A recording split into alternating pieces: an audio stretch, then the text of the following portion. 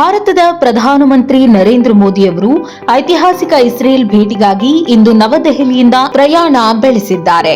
ಈ ಪ್ರವಾಸವು ಕೇವಲ ರಾಜತಾಂತ್ರಿಕ ಕಾರ್ಯಕ್ರಮವಲ್ಲ, ಇದು ಭಾರತ ಇಸ್ರೇಲ್ ಸಂಬಂಧಗಳ ಹೊಸ ಅಧ್ಯಾಯಕ್ಕೆ ನಾಂದಿ ಹಾಡುವ ಮಹತ್ವದ ಕ್ಷಣವೆಂದು ಪರಿಗಣಿಸಲಾಗ್ತಾ ಇದೆ.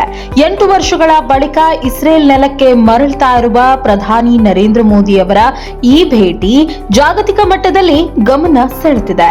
ಪ್ರಧಾನಿ ಮೋದಿ ಅವರ ಈ ಪ್ರವಾಸವು ಇಸ್ರೇಲ್ ಪ್ರಧಾನಮಂತ್ರಿ ಬೆಂಜಮಿನ್ ನೇತನ್ಯಾಹು ಅವರ ಆಹ್ವಾನದ ಮೇರೆಗೆ ನಡೀತಾ ಇದೆ.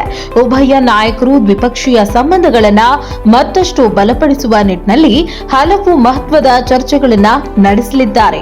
ರಕ್ಷಣಾ ಸಹಕಾರ, ತಂತ್ರಜ್ಞಾನ ವಿನಿಮಯ, ಕೃಷಿ, ಅಭಿವೃದ್ಧಿ, ಸೈಬರ್ ಭದ್ರತೆ ಹಾಗೂ ನೀರಿನ ನಿರ್ವಹಣೆ ಸೇರಿದಂತೆ ಕೆಲವು ಕ್ಷೇತ್ರಗಳಲ್ಲಿ ಒಪ್ಪಂದಗಳು ನಡೆಯುವ ನಿರೀಕ್ಷೆ ಇದೆ. ಭಾರತ ಮತ್ತು ಇಸ್ರೇಲ್ ನಡುವಿನ ಸಂಬಂಧವು ಕಳೆದ ಕೆಲವು ವರ್ಷಗಳಲ್ಲಿ ವೇಗವಾಗಿ ಬೆಳೀತಾ ಇದೆ. ವಿಶೇಷವಾಗಿ ರಕ್ಷಣಾ ಕ್ಷೇತ್ರದಲ್ಲಿ ಇಸ್ರೇಲ್ ಭಾರತಕ್ಕೆ ಪ್ರಮುಖ ಸಹಭಾಗಿಯಾಗಿದ್ದು, ಡ್ರೋನ್ ತಂತ್ರಜ್ಞಾನ, ಕ್ಷಿಪಣಿ ವ್ಯವಸ್ಥೆಗಳು ಹಾಗೂ ಅತ್ಯಾಧುನಿಕ ರಕ್ಷಣಾ ಸಾಧನಗಳ ಪೂರೈಕೆಯಲ್ಲಿ ಸಹಕಾರ ನೀಡುತ್ತಾ ಇದೆ.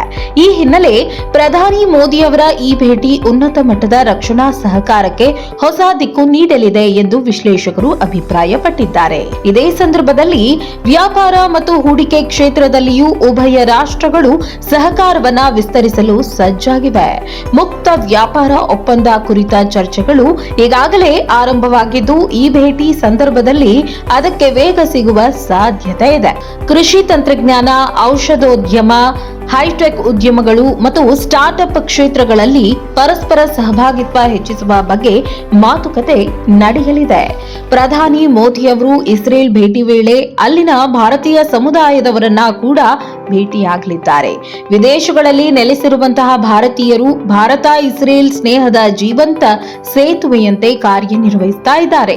ಅವರೊಂದಿಗೆ ಸಂವಾದ ನಡೆಸುವ ಮೂಲಕ ಪ್ರಧಾನಮಂತ್ರಿ ಭಾರತ ಸರ್ಕಾರದ ನಿಲುವುಗಳು ಮತ್ತು ಭವಿಷ್ಯದ ಯೋಜನೆಗಳನ್ನ ಹಂಚಿಕೊಳ್ಳಲಿದ್ದಾರೆ. ಈ ಪ್ರವಾಸದ ಮತ್ತೊಂದು ವಿಶೇಷ ಅಂಶವೆಂದರೆ ಪ್ರಾದೇಶಿಕ ಮತ್ತು ಜಾಗತಿಕ ವಿಚಾರಗಳ ಕುರಿತ ಚರ್ಚೆ. ಮಧ್ಯಪ್ರಾಚ್ಯದ ಬದಲಾಗ್ತಾ ಇರುವ ರಾಜಕೀಯ ಪರಿಸ್ಥಿತಿ, ಭದ್ರತಾ ಸವಾಲುಗಳು ಮತ್ತು ಆರ್ಥಿಕ ಸಹಕಾರದ ಅವಕಾಶಗಳ ಕುರಿತು ಉಭಯ ನಾಯಕರು ತಮ್ಮ ಅಭಿಪ್ರಾಯಗಳನ್ನು ವಿನಿಮಯ ಮಾಡಿಕೊಳ್ಳಲಿದ್ದಾರೆ. ಇಂಡೋ ಅಬ್ರಾಹಂ ಒಪ್ಪಂದಗಳ ಬಳಿಕ ರೂಪುಗೊಂಡ ಹೊಸ ರಾಜತಾಂತ್ರಿಕ ಪರಿಸ್ಥಿತಿಯಲ್ಲೂ ಈ ಭೇಟಿ ಮಹತ್ವದ್ದಾಗಿದೆ. ಪ್ರಧಾನಿ ಮೋದಿ ಅವರು ಅಧಿಕಾರ ಸ್ವೀಕರಿಸಿದ ನಂತರ ಭಾರತವು ತನ್ನ ವಿದೇಶಾಂಗ ನೀತಿಯಲ್ಲಿ ಸಕ್ರಿಯ ಹಾಗೂ ಆತ್ಮವಿಶ್ವಾಸ ಭರಿತ ದಾರಿಯನ್ನ ಅನುಸರಿಸ್ತಾ ಇದೆ. ಇಸ್ರೇಲ್ ಜೊತೆಗಿನ ಸ್ನೇಹವು ಈಗ ರಾಜತಾಂತ್ರಿಕ ಪಾಲುದಾರಿಕೆಗೆ ರೂಪಾಂತರಗೊಂಡಿದ್ದು, ಈ ಭೇಟಿ ಅದನ್ನು ಮತ್ತಷ್ಟು ಗಟ್ಟಿಗೊಳಿಸಲಿದೆ. ರಾಜಕೀಯ ಎಚ್ಚರಿಕೆಯಿಂದ ತಂತ್ರಾತ್ಮಕ ಧೈರ್ಯದತ್ತ ನಡೆದಿರುವ ಭಾರತದ ಪಯಣದ ಸಂಕೇತವೇ ಈ ಪ್ರವಾಸವೆಂದು ರಾಜಕೀಯ ವಲಯದಲ್ಲಿ ಚರ್ಚೆ ಆಗ್ತಾ ಇದೆ.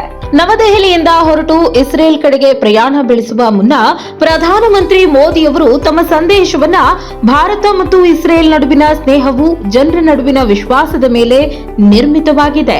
ಈ ಭೇಟಿ ನಮ್ಮ ಸಹಕಾರವನ್ನ ಹೊಸ ಎತ್ತರಕ್ಕೆ ಕೊಂಡೊಯ್ಯಲಿದೆ ಎಂದು ಹೇಳಿದ್ದಾರೆ. ಒಟ್ನಲ್ಲಿ ಪ್ರಧಾನಿ ಮೋದಿ ಅವರ ಈ ಐತಿಹಾಸಿಕ ಇಸ್ರೇಲ್ ಭೇಟಿ ಎರಡು ರಾಷ್ಟ್ರಗಳ ನಡುವಿನ ಬಲವಾದ ಸ್ನೇಹ, ತಂತ್ರಜ್ಞಾನ ಮತ್ತು ರಕ್ಷಣಾ ಸಹಕಾರದ ಹೊಸ ಅಧ್ಯಾಯವನ್ನ ಆರಂಭಿಸಲಿದೆ. ಜಾಗತಿಕ ರಾಜಕೀಯದ ವೇದಿಕೆಯಲ್ಲಿ ಭಾರತ ತನ್ನ ಪಾತ್ರವನ್ನ ಮತ್ತಷ್ಟು ದೃಢಪಡಿಸುವ ಹೆಜ್ಜೆಯಾಗಿ ಈ ಭೇಟಿ ದಾಖಲಾಗಲಿದೆ. ಇಡೀ ಜಗತ್ತು ಕಾತರದಿಂದ ಗಮನಿಸ್ತಾ ಇರುವ ಈ ಪ್ರವಾಸ ಭಾರತ ಇಸ್ರೇಲ್ ಸಂಬಂಧಗಳಿಗೆ ಮತ್ತೊಂದು ಮೈಲುಗಲ್ಲಾಗಲಿದೆ.